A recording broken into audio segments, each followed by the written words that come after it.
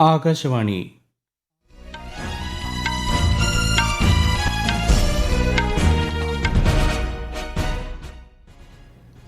നമസ്കാരം. വാർത്തകൾ വായിക്കുന്നത് അക്ഷയ് ഷാജി.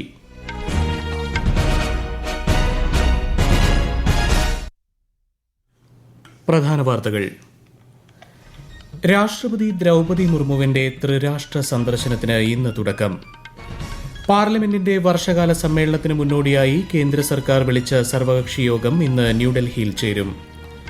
കൃത്രിമമായി നിർമ്മിച്ച OMR ഷീറ്റുകൾ പുനഃപരിശോധനയ്ക്കായി സമർപ്പിച്ചെന്ന കണ്ടെത്തലിനെ തുടർന്ന് വിദ്യാർത്ഥികൾക്ക് കർശന മുന്നറിയിപ്പ് നൽകി നാഷണൽ ടെസ്റ്റിംഗ് ഏജൻസി.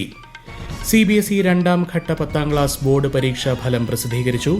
2 ഘട്ടത്തിലുമായി വിജയം 96.78%. കേരളത്തിൽ വരും ദിവസങ്ങളിൽ ഇടിമിന്നലോടുകൂടിയ മഴയ്ക്കും ശക്തമായ കാറ്റിനും സാധ്യതയെന്ന് കേന്ദ്ര കാലാവസ്ഥാ വകുപ്പ്. 5 വടക്കൻ ജില്ലകളിൽ ഇന്ന് മഞ്ഞ ജാഗ്രത.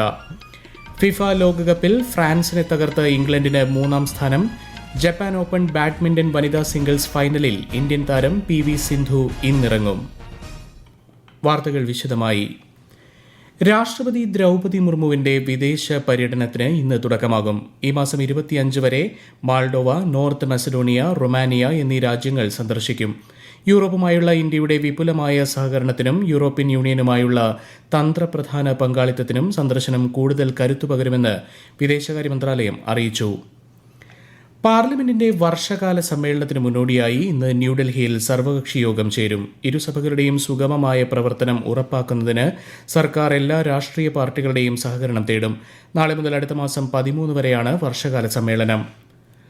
OMR ഷീറ്റുകൾ പുനഃപരിശോധനയ്ക്ക് സമർപ്പിക്കുന്നതുമായി ബന്ധപ്പെട്ട് വിദ്യാർത്ഥികൾക്കും രക്ഷിതാക്കൾക്കും ശക്തമായ മുന്നറിയിപ്പുമായി നാഷണൽ ടെസ്റ്റിംഗ് ഏജൻസി. അടുത്തിടെ പരിശോധനയ്ക്കായി സമർപ്പിച്ച പല OMR ഷീറ്റുകളും വ്യാജമോ കൃത്രിമമായി നിർമ്മിച്ചതോ ആണെന്ന് കണ്ടെത്തിയതായും ഇതേ തുടർന്ന് ലഭിക്കുന്ന എല്ലാ പരാതികളും സൂക്ഷ്മമായി നിരീക്ഷിച്ചു വരികയാണെന്നും ഏജൻസി വ്യക്തമാക്കി. വ്യാജമോ നിർമ്മിത ബുദ്ധി സാങ്കേതിക വിദ്യ ഉപയോഗിച്ച് നിർമ്മിച്ചതോ ആയ OMR ഷീറ്റുകൾ സമർപ്പിക്കുന്നത് ഗുരുതരമായ നിയമ നടപടികൾക്ക് കാരണമാകുമെന്ന് ഏജൻസി മുന്നറിയിപ്പ് നൽകി. CBSE രണ്ടാം ഘട്ട 10ാം ക്ലാസ് ബോർഡ് പരീക്ഷാ ഫലം പ്രസിദ്ധീകരിച്ചു.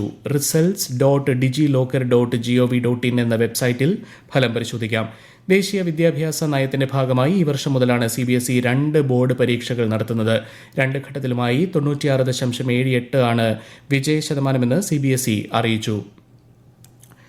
സംസ്ഥാനത്തെ 38 തദ്ദേശ സ്വയംഭരണ വാർഡുകളിലെ വോട്ടർ പട്ടിക സംസ്ഥാന തെരഞ്ഞെടുപ്പ് കമ്മീഷൻ പുതുക്കുന്നു. കരട് പട്ടിക ജൂലൈ 21-നും അന്തിമ പട്ടിക ഓഗസ്റ്റ് 19-നും പ്രസിദ്ധീകരിക്കുമെന്ന് സംസ്ഥാന തെരഞ്ഞെടുപ്പ് കമ്മീഷണർ N. ശേഷാദ്രിനാഥൻ അറിയിച്ചു. കൂടുതൽ വിവരങ്ങളുമായി ആകാശവാണി തിരുവനന്തപുരം ജില്ലാ പ്രതിനിധി രജു കോലിയക്കോട്.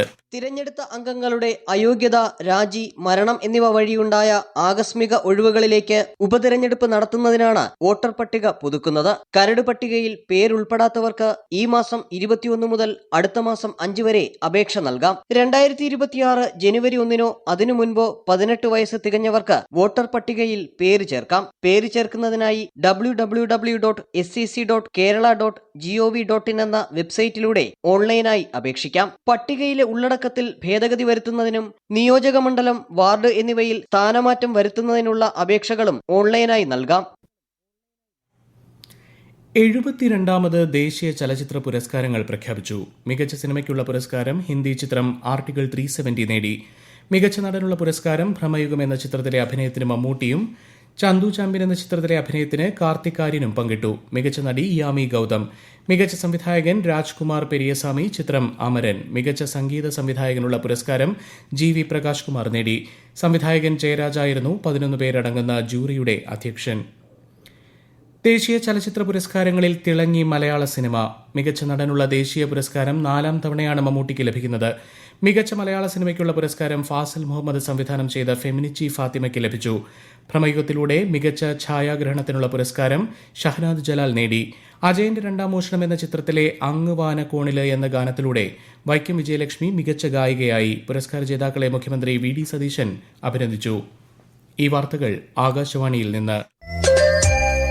ആകാശവാണി വാർത്തകളും വാർത്താ അധിഷ്ഠിത പരിപാടികളും All India Radio News Thiruvananthapuram YouTube ചാനലിലും @All India Radio News Thiruvananthapuram Facebook പേജിലും AIR ന്യൂസ് തിരുവനന്തപുരം ഇൻസ്റ്റഗ്രാം അക്കൌണ്ടിലും @AIR ന്യൂസ് TVM X ഹാൻഡിലും ലഭ്യമാണ്. ഔദ്യോഗിക സന്ദർശനത്തിന്റെ ഭാഗമായി എസ്റ്റോണിയയിലെത്തിയ കേന്ദ്ര വാണിജ്യ വ്യവസായ മന്ത്രി പീയൂഷ് ഗോയൽ ടാലിനിൽ ഇന്ത്യ എസ്റ്റോണിയ ബിസിനസ് ഫോറത്തെ അഭിസംബോധന ചെയ്തു. വ്യാപാരം, നിക്ഷേപം, നൂതനാശയം, സാങ്കേതികവിദ്യ എന്നിവയിൽ ഇരു രാജ്യങ്ങളും തമ്മിൽ കൂടുതൽ ആഴത്തിലുള്ള സഹകരണത്തിന് അദ്ദേഹം ആഹ്വാനം ചെയ്തു. ഇരു രാജ്യങ്ങളിൽ നിന്നുമുള്ള മുതിർന്ന ഉദ്യോഗസ്ഥർ, വ്യവസായ പ്രമുഖർ, ബിസിനസ് പ്രതിനിധി സംഘങ്ങൾ തുടങ്ങിയവർ പരിപാടിയിൽ പങ്കെടുത്തു. പശ്ചിമബംഗാൾ, സിക്കിം, ഉത്തരാഖണ്ഡ്, ഹിമാലയൻ മേഖലകളിൽ ഒറ്റപ്പെട്ടയിടങ്ങളിൽ അതിതീവ്രമായ മഴയ്ക്ക് സാധ്യതയുള്ളതിനാൽ കേന്ദ്ര കാലാവസ്ഥാ വകുപ്പ് ചുവപ്പ് ജാഗ്രത പ്രഖ്യാപിച്ചു. അരുണാചൽ പ്രദേശ്, അസം, മേഘാലയ, ഛത്തീസ്ഗഡ്, കർണാടക, മാഹി, ഒഡീഷ, വടക്കു കിഴക്കൻ സംസ്ഥാനങ്ങൾ എന്നിവിടങ്ങളിലും ഇന്ന് ശക്തമായ മഴയ്ക്കും സാധ്യതയുണ്ട്. കേരളത്തിൽ വരും ദിവസങ്ങളിൽ ഇടിമിന്നലോട് കൂടിയ മഴയ്ക്കും ശക്തമായ കാറ്റിനും സാധ്യതയെന്ന് കേന്ദ്ര കാലാവസ്ഥാ വകുപ്പ്. മലപ്പുറം, കോഴിക്കോട്, വയനാട്, കണ്ണൂർ, കാസർഗോഡ് എന്നീ 5 വടക്കൻ ജില്ലകളിൽ ഇന്ന് മഞ്ഞ ജാഗ്രതയാണ്. വടക്കൻ കേരളത്തിനും അതിനടുത്തുള്ള പ്രദേശങ്ങൾക്കും മുകളിലായി ചക്രവാത ചുഴി രൂപപ്പെട്ടതിനാൽ ഈ മാസം 22 വരെ മഴ തുടരുമെന്നും മുന്നറിയിപ്പുണ്ട്. ഇടിമിന്നലിനും ശക്തമായ കാറ്റിനും സാധ്യതയുള്ളതിനാൽ ജനങ്ങൾ ജാഗ്രത പാലിക്കണം. ഫിഫ ലോകകപ്പിൽ ഇന്ന് പുലർച്ചെ നടന്ന ലൂസേഴ്സ് ഫൈനലിന്റെ ആവേശ പോരാട്ടത്തിൽ ഫ്രാൻസിനെ തകർത്ത് ഇംഗ്ലണ്ടിന് 3ാം സ്ഥാനം. 4-നെതിരെ 6 ഗോളുകൾക്കാണ് ഇംഗ്ലണ്ട് വിജയം നേടിയത്. 1966 ലോക കിരീടം നേടിയ ശേഷം ലോകകപ്പ് ചരിത്രത്തിൽ ഇംഗ്ലണ്ടിന്റെ ആദ്യ മെഡലാണിത്. ഇംഗ്ലണ്ടിന് വേണ്ടി ബുക്കായോ സാക്ക ഹാട്രിക് നേടി. ഫ്രാൻസിനായി കിലിയൻ എംബാപ്പെ ഇരട്ട ഗോൾ നേടി. ഇതോടെ ഫ്രാൻസ് പരാജയപ്പെട്ടെങ്കിലും ഈ സീസണിലെ ഏറ്റവും വലിയ ഗോൾ വേട്ടക്കാരിൽ എംബാപ്പെ ഒന്നാമതെത്തി. ഈ സീസണിൽ 10 ഗോളും ലോകകപ്പിലാകെ 22 ഗോളുമാണ് എംബാപ്പയുടെ നേട്ടം. അർജന്റീനയുടെ ലയണൽ മെസ്സിയാണ് തൊട്ടുപിന്നിൽ.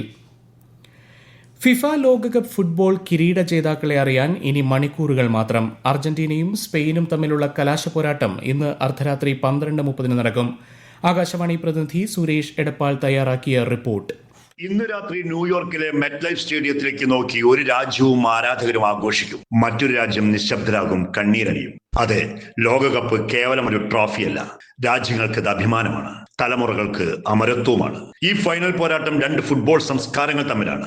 അവസാന വിസിൽ വരെ തോൽവി സമ്മതിക്കാത്ത അർജന്റീനിയൻ പോരാട്ടവീര്യവും ആസൂത്രിതവും സംഘടിതവുമായ ആക്രമണങ്ങളിലൂടെ എതിരാളികളെ മെരുക്കുന്ന സ്പാനിഷ് ശൈലിയും നേർക്കുനേർ വരുമ്പോൾ ലോകം ശ്വാസം അടക്കി പിടിക്കും.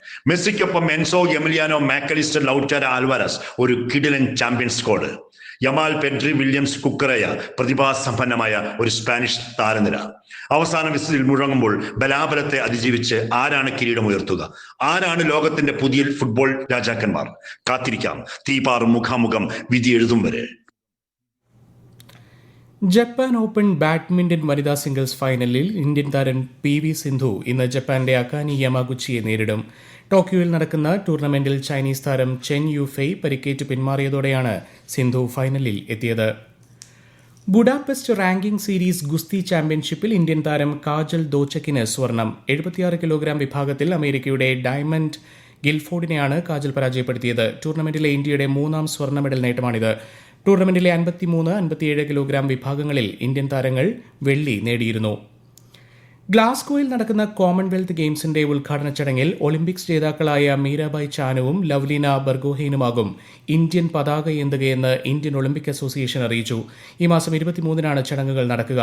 ഇരുവരും ഇന്ത്യൻ കായിക മേഖലയ്ക്ക് നൽകിയ മഹത്തായ സംഭാവനകൾക്കുള്ള ആദരവാണിതെന്ന് അസോസിയേഷൻ പ്രസിഡന്റ് PT ഉഷ വ്യക്തമാക്കി.